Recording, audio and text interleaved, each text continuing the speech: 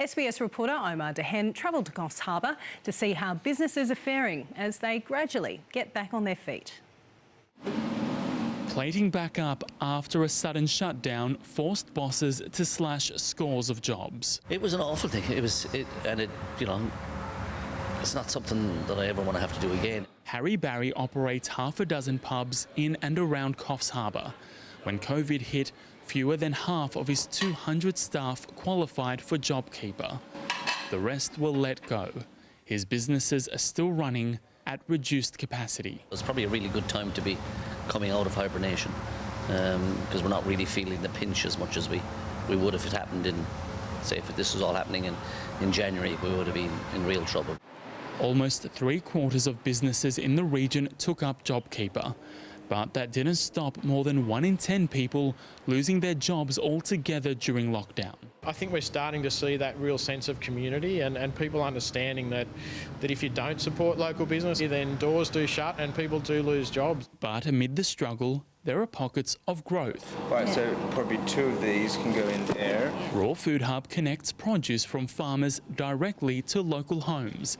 It started the year with 4 employees, now has 12, and expects to have 24 by year's end. The beginning of much bigger ambitions. To make this successful, it's about sharing the benefit across the whole industry. How can we bring everyone up? You know, from the farmers to the landholders to the customers. Do that up the back there. Also just getting started, Year 10 student Zane Morrison. He's doing work experience at his dad's auto repair shop and works part-time in retail. Basically, it's just a big benefit on your whole life, really. It's just a huge head start. It's part of a push from local schools to bolster youth employment. Such initiatives helped halve the number of young locals out of work from around 24% last year.